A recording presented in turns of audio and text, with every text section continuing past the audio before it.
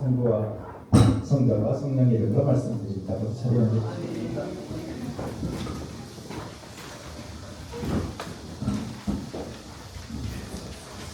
오늘 복음은 지난주와 같이 오늘 집사 평소가 좀 적죠? 인원이 그래서 오늘 복음도 지난주와 같이 예수님의 비유 말씀입니다. 지난주에는 어떤 비유였죠? 씨 뿌리는 사람의 비유가 나왔는데 오늘은 가라지의 비유입니다. 먼저 그 내용 먼저 살펴보도록 하겠습니다. 어떤 사람이 밭에 밀을 심었습니다.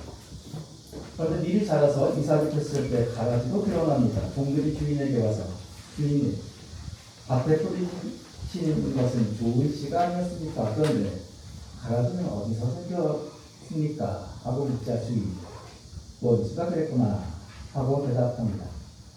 그러자 종들이 그러면 저희가 가서 그것을 뽑아버릴까요? 하자 주인은 가만히 두어라. 가라지를 뽑다가 밀까지 뽑으면 어떻게 하겠느냐며 가라지를 뽑아내는 것을 만류합니다. 그러면서 하시는 말씀이 추수 때까지 둘 다 함께 자라도록 내버려 두어라. 추수 때 내가 추수꾼에게 일러서 가라지를 먼저 뽑아서 단으로 묶어 불에 태워버리게 하고 밀은 곳간에 거두어 드리게 하겠다고 대답합니다. 제자들이 예수님께 비유의 뜻을 묻자 예수님께서 그 뜻과 함께 설명해 주십니다. 그리고 박영인데요. 지금 어제인가가 100일 됐어요. 네, 그 최연소, 네, 환영합니다. 이렇게 울어도 괜찮아요. 네.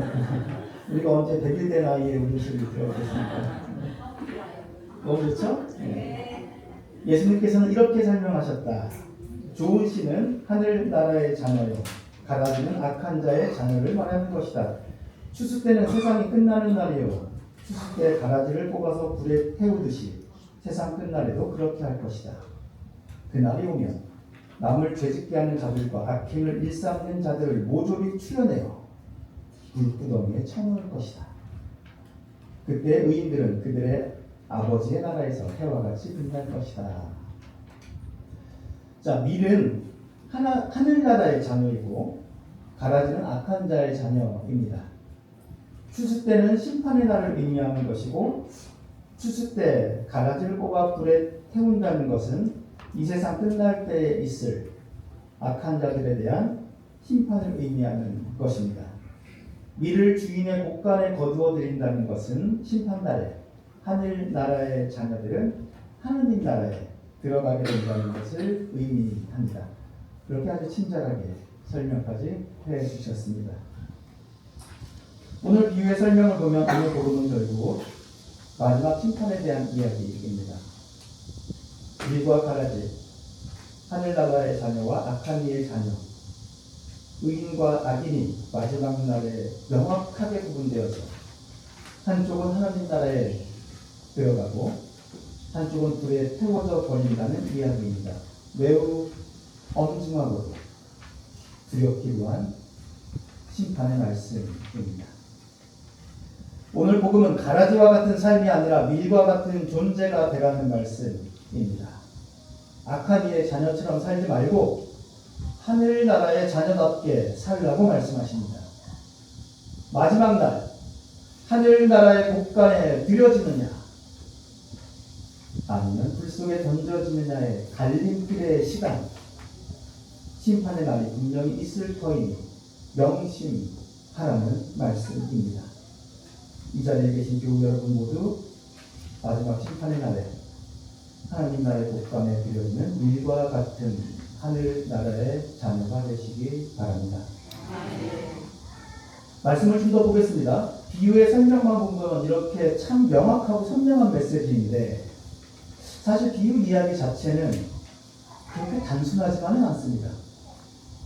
물론 오늘 비유는 분명하게 마지막 때의 밀과 가라지의 명확한 구분에 대한 이야기를 하고 있습니다. 하지만 동시에 그 외에도 추수를 하기 전에는 가라지를 뽑아내는 것이 결코 쉽지 않다는 점에 대해서도 비유 전체 분량 중 상당한 부분을 할애해서 설명하고 있습니다. 밭에서 가라지를 발견한 종이 주인에게 묻습니다. 저희가 가서 그것을 뽑아버릴까요? 주인이 대답합니다. 가만두어라. 가라지를 뽑다가 밀까지 뽑으면 어떻게 하겠느냐? 추수 때까지 둘 다 함께 자라도록 내버려 두어라. 가라지를 뽑다가 밀까지 뽑으면 어떻게 하겠느냐? 아니, 가라지만 잘 골라서 뽑으면 되는 거 아닌가요? 왜 가라지를 뽑다가 밀까지 뽑힐까봐 걱정하는 것일까요? 왜 그럴까요? 아십니까? 자, 아마 많이들 아실 텐데 워낙 겸손해서 말씀 안 하신 것 같은데, 밀과 가라지는 굉장히 구분하기가 어려웠다고 합니다. 그렇죠? 많이 들어보셨을 것 같습니다. 가라지는 팔레스타인 지역에서 자라고 있던 그 당시 독보리를 뜻하는 것인데, 밀과 아주 흡사하게 생겨서 농부들도 구분할 수가 없었다고 합니다. 가라지로 불리는 이 독보리는 이름에서 드러나는 것처럼 독성이 함유되어 있기 때문에 여러 가지 심각한 부작용이 올 수 있어서 먹으면 절대 안 되는 것이었습니다. 근데 밀은 주식으로 사용돼요. 주식으로 사용되었던 밀과 절대 먹으면 안 되는 이 가라지는 반드시 구별해 내야만 했습니다. 하지만 정작 성장 초기나 한참 자랄 때는 구분이 거의 불가능했다고 합니다. 그래서 가라지를 뽑다가 밀까지 뽑으면 어떻게 하겠느냐며 예수님께서 가라지 뽑는 것을 만류한 이유를 밀과 가라지를 현실적으로 구분하기 어려운 조건에서 찾곤 합니다. 그래서 추수 때까지 그냥 두라고 하신 것으로 이해합니다. 그런데 잘 생각해 보면 조금 이상하지 않습니까? 지금 오늘 성서를 자세히 보면요, 종들이 밭에서 가라지가 많이 자란 것을 보고 주인에게 가라지를 뽑을까요? 라고 묻습니다. 무슨 말입니까? 이미 종들이 육안으로 밀과 가라지를 구분하고 있었다는 것입니다. 가라지가 어리거나 성장할 때는 밀과 전혀 구분이 안 될 정도로 흡사했던 것은 맞지만 이삭이 팰 정도로 자라고 나면 밀과 가라지의 외형은 구별되기 시작합니다. 육안으로도 쉽게 구분할 수가 있습니다. 26절 말씀입니다.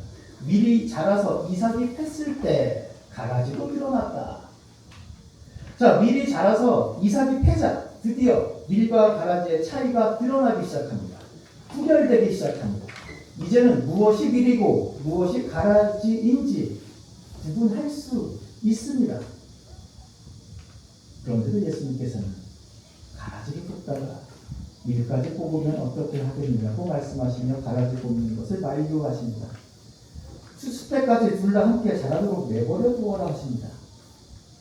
어차피 추수할 때는 밀이든 가라지든 가리지 모두 될 것이기 때문에 그때까지는 그냥 내버려 두라는 말씀입니다. 왜 그러셨을까? 밀과 가라지가 더 이상 구분되지 않는 것도 아니고 이제는 무엇이 밀이고 무엇이 가라지인지 명확해졌는데 왜 여전히 가라지를 뽑다가 밀까지 뽑힐까 걱정하고 계신 것일까? 왜 굳이 추수 때까지 내버려 두라고 하시는 것일까? 이삭이 팰 만큼 자라고 나면 밀과 가라지는 확연하게 구별이 되긴 합니다. 그런데 그 정도까지 자라고 나면 이미 밀과 가라지의 뿌리가 서로 얽히고 설켜서 엉켜버리기 시작한다고 합니다. 이삭이 패고 이제 육안만으로도 쉽게 구분되어지지만 막상 그때 가라지를 뽑아내려면 서로 엉켜버린 뿌리까지 함께 딸려와서 밀까지 뽑혀버린다고 합니다. 밀과 가라지, 하늘나라의 자녀와 악한 이의 자녀, 선과 악의 뿌리가 하나로 얽혀있는 모습은 우리 내면에 대한 깊은 영성적 성찰을 보여주고 있습니다. 여러분은 선한 존재입니까? 악한 존재입니까? 여러분은 밀입니까? 가라지입니까? 마르코복음 10장 17절입니다. 예수께서 길을 떠나시는데 어떤 사람이 달려와서 그 앞에 무릎을 꿇고 선하신 선생님, 제가 무엇을 해야 영원한 생명을 얻겠습니까? 하고 물었다. 예수께서는 이렇게 대답하셨다. 왜 나를 선하다고 하느냐? 선하신 분은 오직 하나님뿐이시다.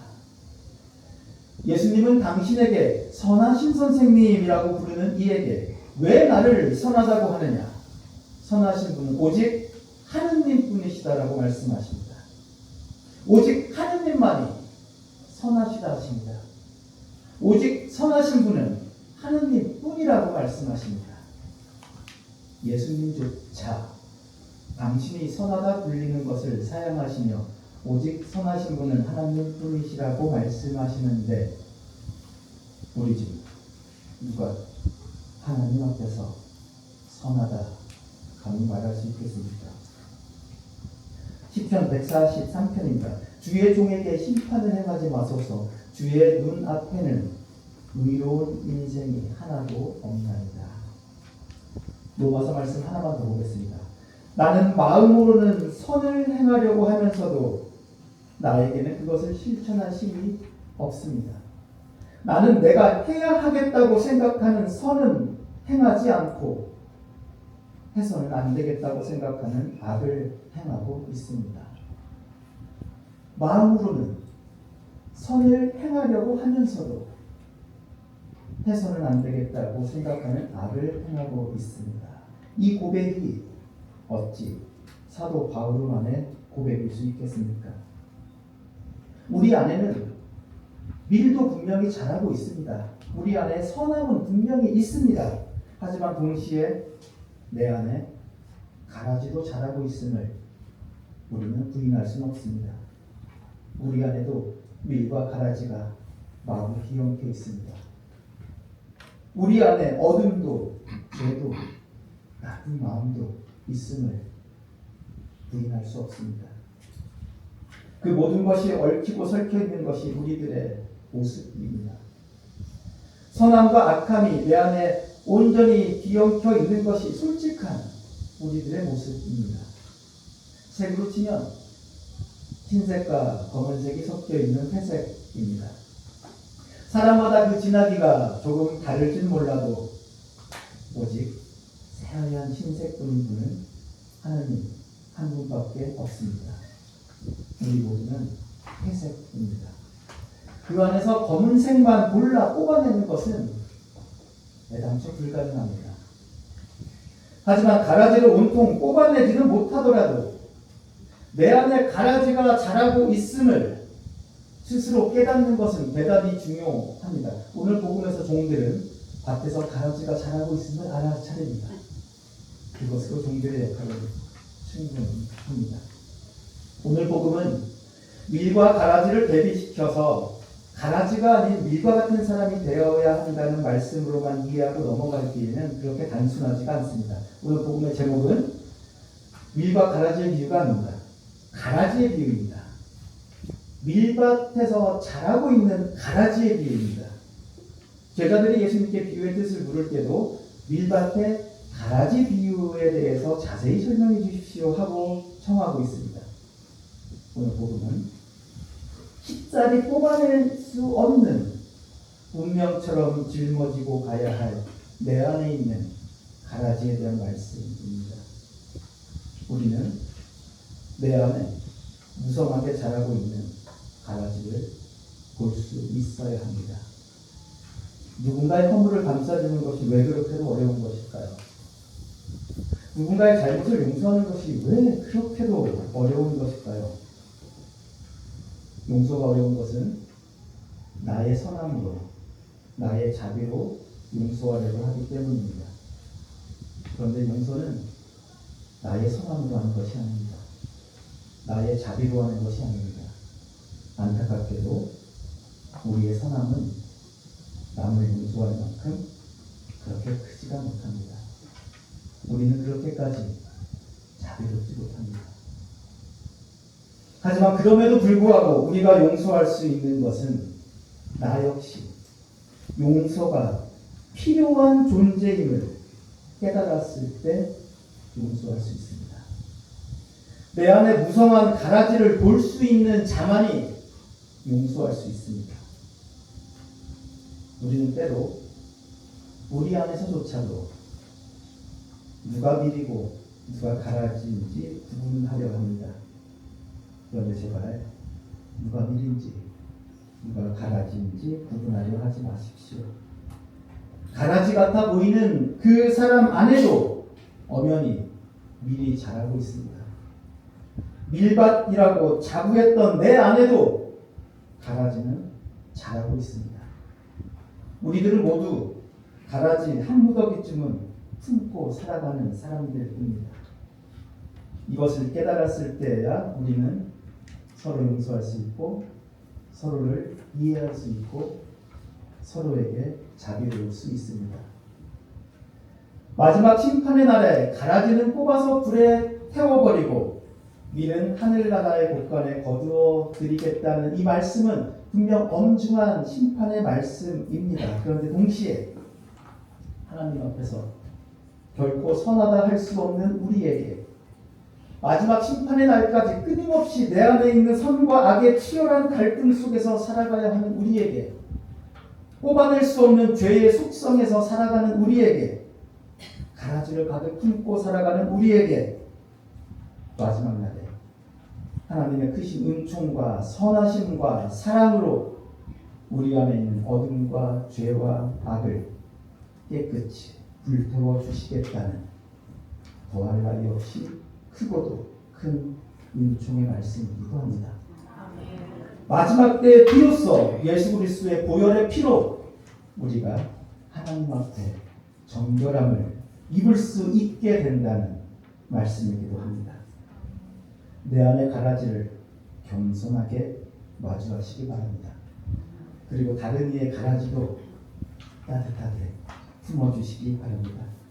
그리하여 마지막 심판의 날에 우리 안의 모든 가라지가 성령의 불로 불태워지고 하느님 나라의 곳간에 풍성이 채워지는 밀과 같은 교우 여러분 되시길 주님의 이름으로 축원드립니다. 성부와 성자와 성령의 이름으로 말씀드렸습니다.